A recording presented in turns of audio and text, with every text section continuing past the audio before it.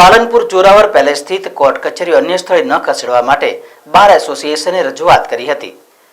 જોરાવર પેલેસમાં આવેલી અદાલતોનું સ્થળાંતર ન કરવામાં આવે તેવી રજૂઆત બાર એસોસિએશને કરી હતી। બાર એસોસિએશને પ્રેસ કોન્ફરન્સ કરી કચેરીઓ ખસેડવાનો વિરોધ કર્યો હતો। કોર્ટ કચેરીઓ 10 કિલોમીટર દૂર જગાણા લઈ જવામાં આવે તો વકીલોને પક્ષકારોને મુશ્કેલીઓ પડે તેમ છે।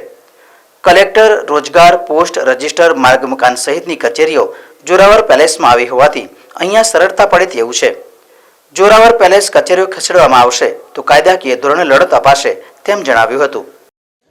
પાલનપુર બાર એસોસિએશનના પ્રમુખ તરીકે પાલનપુર બાર એસોસિએશન વતી હું જાહેર જનતાને, જુદી જુદી સંસ્થાઓને અને જે કંઈ પણ ગ્રામ પંચાયતો છે, જુદા જુદા વકીલ મંડળોને એક વિનંતી કરું છું કે પાલનપુર જોરાવર કેમ્પસમાં જે કોર્ટ સંકુલ આવી રહી છે એને બહાર લઈ જવાની, અહીંથી 8 કિલોમીટર દૂર લઈ જવાની જે તજવીજ ચાલી રહી છે એના માટે અમે જુદી જુદી જગ્યાએ લેખિત, રૂબરૂમાં રજૂઆતો કરી છે। અમારી રજૂઆતો કેટલીક જગ્યાએ સફળ રહી છે, પરંતુ અમને કોઈપણ રીતના સાંભળ્યા વગર અહીંથી કોર્ટ સંકુલ બહાર લઈ જવા માટેનું જે હુકમ થયેલો છે એ હુકમને અમે અમારું એસોસિએશન વખોડી નાખે છે। અને અમારી જે આ લડત છે એ લડતમાં જુદી જુદી સંસ્થાઓ અને જાહેર જનતાને વિનંતી કરીએ છીએ કે એ પણ અમારી સાથે જોડાય, કારણ કે પરિણામ સ્વરૂપે વકીલ કરતાં પણ જે કંઈ પણ પક્ષકારો કોર્ટમાં આવવાના છે એમને મોટો આર્થિક બોજો પડવાનો છે।